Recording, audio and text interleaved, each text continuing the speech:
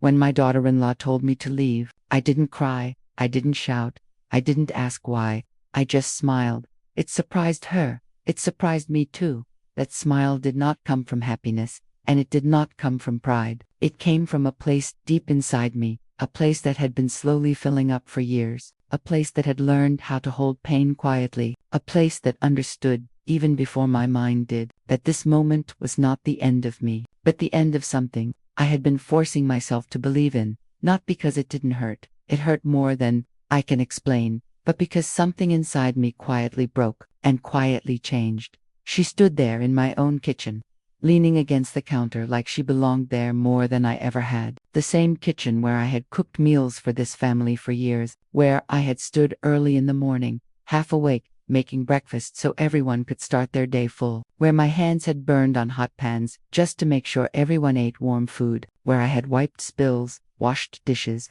and cleaned crumbs from the table, without ever being asked. That kitchen had heard my laughter. It had seen my tired eyes, it had held my silent prayers, and now, it was the place where I was being told I no longer belonged. She crossed her arms and said, "I think it's time you found another place."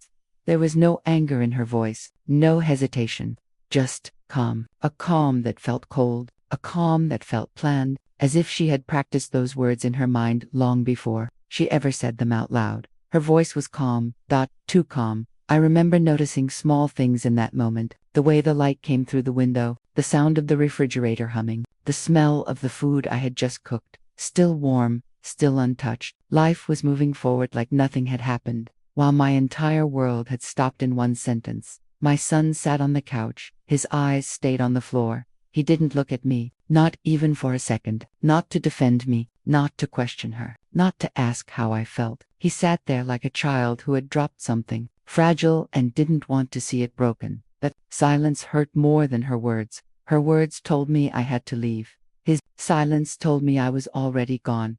I remember the clock ticking on the wall, tick, tick, tick. Each sound felt loud, heavy, like it was counting something down. Not seconds, not minutes, but the years I had spent believing that love, if you gave enough of it, would always come back to you. I stood there holding a dish towel in my hands. I don't even remember what I was drying. My fingers felt numb. My chest felt tight, like the air had suddenly become too heavy to breathe. But I didn't let it show. I had learned long ago how to keep my face calm when my heart was shaken. I nodded. I said, "Okay."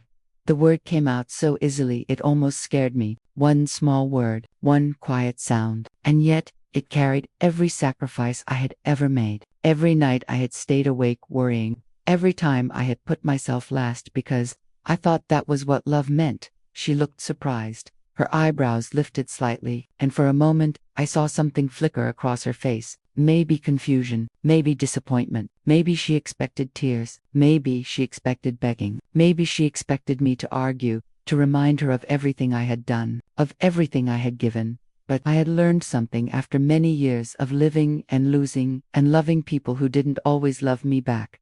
Sometimes, the strongest response is quiet. Sometimes, silence is not surrender. Sometimes, it is control. That night, I packed my clothes into 2 old suitcases. They were the same ones I had used years ago when I moved into this house, believing it would be my forever home. The handles were loose, the fabric was worn, the zippers were broken. Just like the promises I believed in, I folded my clothes slowly, not because I wasn't in a hurry, but because I needed time to feel everything without falling apart. Each piece of clothing held a memory, a sweater I wore when my son was sick and I stayed up all night with him, a dress I wore to a family gathering where I smiled even when I felt invisible, shoes that had walked these hallways quietly, trying not to be in anyone's way. The house was quiet. Too quiet. No one offered to help. No one asked if I needed anything. No one said, "Please don't go." I paused at the doorway of my room and looked around one last time. The walls were bare. The air felt empty. It was strange how quickly a place can stop feeling like home. As I closed the door behind me, my hand lingered on the knob, not because I wanted to stay, but because I wanted to remember the sound it made, the sound of something ending.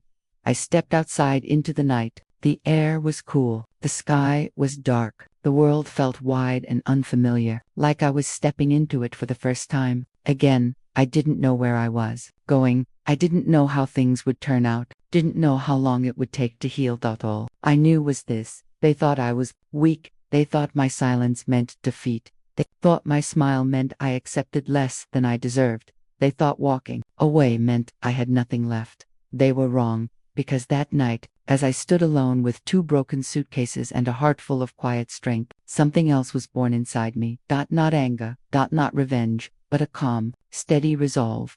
And that resolve would change everything.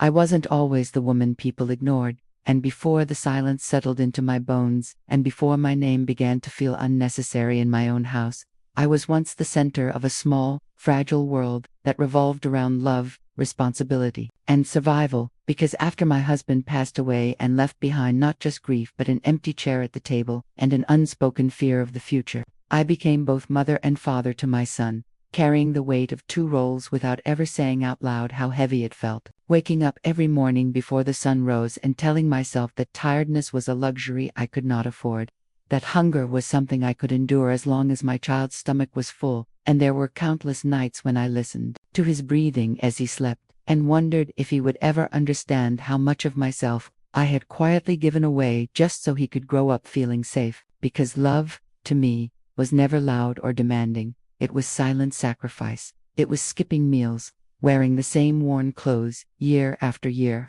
smiling through exhaustion so he would never feel the burden of our reality. And I raise him with stories instead of toys, with values instead of wealth, teaching him kindness when the world had been unkind to us, teaching him respect because I wanted him to grow into a man who would treat others gently, who would hold doors open not because someone was watching but because it was the right thing to do, who would say thank you not as a habit but as a reflection of gratitude. And as the years passed and he grew taller and stronger, I told myself that every hardship had been worth it, every ache in my body and every tear shed in private had meaning, because my son was becoming the man I had prayed for. And when he finally grew up and told me he was getting married, my heart felt full in a way I hadn't felt in years.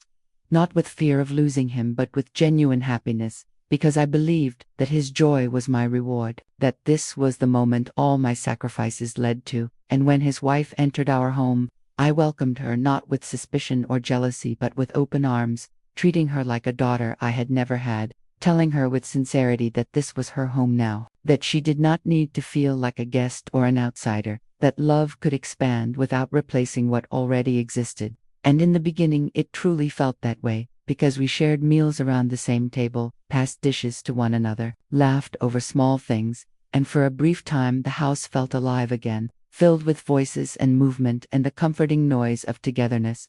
And I believed, perhaps naively, that this was what family looked like in its next chapter. But change rarely announces itself loudly. It arrives quietly, slipping into everyday moments until one day you realize something essential has shifted.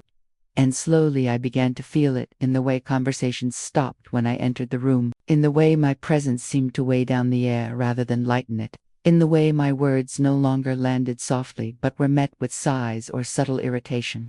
And if I spoke, her body language told me I was interrupting something important, but if I stayed quiet, there was a visible sense of relief, as though my silence was more comfortable than my existence. And my son, the child I once knew so intimately, the boy whose moods I could read just by the sound of his footsteps, began to drift away emotionally without ever physically leaving, because he stopped asking my opinion on things that once mattered, stopped noticing when my eyes carried sadness, stopped seeing the small signs of loneliness that I had never needed to explain before. And I told myself over and over that this was normal, that families change, that children grow and build new lives, that mothers must learn to step back and let go. And so I chose patience, even when it hurt. I chose kindness, even when I felt invisible, because I believed that love meant enduring discomfort without complaint, that being understanding was a virtue, and that if I just stayed gentle and quiet, things would balance themselves again, never realizing that patience, when given endlessly to the wrong people, can begin to look like weakness, and kindness, when unreciprocated, can slowly erase a person until all that remains is a shadow standing quietly in the background of the life she once built. It didn't begin with shouting or cruelty that anyone else could easily point to. It began with small things, the kind of small things that seem harmless on the surface but slowly carve deep spaces inside a person's heart. because one day my food was suddenly too salty when it had tasted the same for years. Another day my stories were too long, even though those stories were pieces of my life, memories shaped by sacrifice and love. And my advice, once sought and respected, was now labeled outdated, as if wisdom itself had an expiration date. And each comment was delivered casually, almost carelessly, with a smile that suggested nothing serious was meant, yet every word landed quietly inside me, settling there like a weight I did not know how to remove. And I told myself not to be sensitive, not to read too much into it, because surely this was just adjustment, just the normal friction of people learning to live together. But then one afternoon, I returned from the market and noticed the house looked different, not in a dramatic way, just subtly rearranged. And as my eyes moved from wall to wall, my heart sank when I realized that the photographs had changed, because the frames that once held pictures of my husband, of my son as a child, of moments we had lived through together, were gone or replaced, removed so quietly that no one thought to mention it, as if my memories had become unnecessary decorations that no longer matched the new version of the home. And I stood there longer than I should have, staring at empty spaces where my life had once hung proudly, feeling foolish for being hurt by something so simple, yet unable to stop the ache that spread through my chest. And another day, during a family gathering, I walked into the living room holding a warm cup of tea, searching instinctively for my chair, the one I had always sat in, only to find it occupied by a guest. And instead of being offered another seat or even acknowledged, I stood there awkwardly, unsure where I belonged, the tea cooling in my hands as conversation flowed around me. And in that moment I felt smaller than I ever had, because it wasn't just a chair that was taken, it was a place, a sense of belonging that had quietly slipped away. And my son noticed, I know he did, because our eyes met briefly, and in that glance there was recognition, but he said nothing. He didn't stand up, didn't speak for me, didn't even ask if I was comfortable, and his silence hurt more than any harsh word ever could, because silence from someone you raised feels like abandonment without explanation. And as days turned into nights, I began to hear whispers behind closed doors, soft voices late at night when the house was quiet, and though I couldn't hear every word, I didn't need to, because my name drifted through the walls like smoke, light yet suffocating, present but never clear. And I lay awake wondering what was being said about me, what version of me was being discussed, and why no one felt the need to speak to me directly. And slowly, without making a conscious decision, I stopped coming out of my room as much, not because anyone asked me to stay away, but because it felt safer there, because every shared space reminded me that I no longer quite fit. And I began to eat alone, carrying my plate quietly, finishing meals in silence, telling myself it was easier this way, that I didn't need company, even though loneliness pressed against me harder with each passing day. And the house I once built with love and resilience began to feel unfamiliar, like a place I was merely passing through, rather than the foundation of my life. And still, through all of it, I said nothing, not because I wasn't hurting, but because I believed that love meant endurance, that a mother's role was to absorb discomfort without complaint, that if I remained quiet and patient, things would eventually soften again, never realizing that with every moment of silence, a small part of my heart was quietly breaking, piece by piece, without anyone noticing. The day she asked me to leave, it was raining, the kind of rain that doesn't fall gently, but presses down on everything, heavy and relentless, as if the sky itself had decided that sorrow should have a sound. And I remember standing at the sink, finishing the last of the dishes, my hands wrinkled from water and smelling of soap, that familiar clean scent, mixing strangely with a feeling I couldn't yet name, because for a moment everything felt ordinary, deceptively ordinary, like any other day I had spent serving quietly in a home that no longer felt like mine. And then I sensed her presence behind me before I heard her voice, the way you sense a shift in air just before something breaks. And she cleared her throat, not sharply, not cruelly, just enough to announce herself. And when she spoke, her words were calm, measured, almost rehearsed, as if she had practiced them in her mind long before deciding to let them reach my ears, saying that she thought this living situation wasn't healthy anymore. And the sentence hung there between us, floating, waiting for me to absorb its meaning. And I turned around slowly, my body moving before my heart could catch up, drying my hands on the edge of my and I asked softly, almost whispering, for who? Because some part of me still believed there must be confusion, that surely she didn't mean me, not the woman who had built this home brick by brick with sacrifice. And she replied for everyone, her voice steady, her eyes not unkind but distant. And in that moment I looked toward my son, instinctively, desperately, searching his face for recognition, for resistance, for even a flicker of disagreement. But he didn't look back at me, his eyes fixed somewhere else, anywhere else. And that was the exact moment understanding settled into me with a quiet finality that hurt more than shouting ever could, because I realized then that I was no longer needed, no longer wanted, only tolerated out of obligation. Like an old piece of furniture, no one throws away until it begins to feel inconvenient, and something inside me went very still, not loud, not dramatic, just still, because when hope finally leaves, it doesn't scream, it exhales and disappears. And so, I packed quietly, folding my clothes carefully, as if neatness could somehow preserve dignity, placing my few belongings into a bag without protest, without tears, because I did not want to give anyone the satisfaction of seeing me break. There was no drama, no raised voices, no scene worthy of memory, just the sound of rain against the windows and my own breathing as I prepared to step out of a life I had given everything to. And as I walked toward the door, my heart heavier with every step, my son finally spoke, calling me Mom, and saying he was sorry, his voice cracking just enough to suggest regret, but not enough to change anything. And I turned back, looked at him, and smiled again. That same practiced smile I had worn for years to hide exhaustion and pain, because some apologies, no matter how sincere they sound, come too late to undo the damage already done. And as I stepped out into the rain, letting it soak into my clothes and hair, I understood that the storm outside matched the one inside me, and that the door closing behind me was not just the end of a living arrangement, but the end of an identity I had carried my entire life, leaving me to walk forward alone, carrying nothing but the quiet knowledge that love should never require someone to erase themselves just to belong.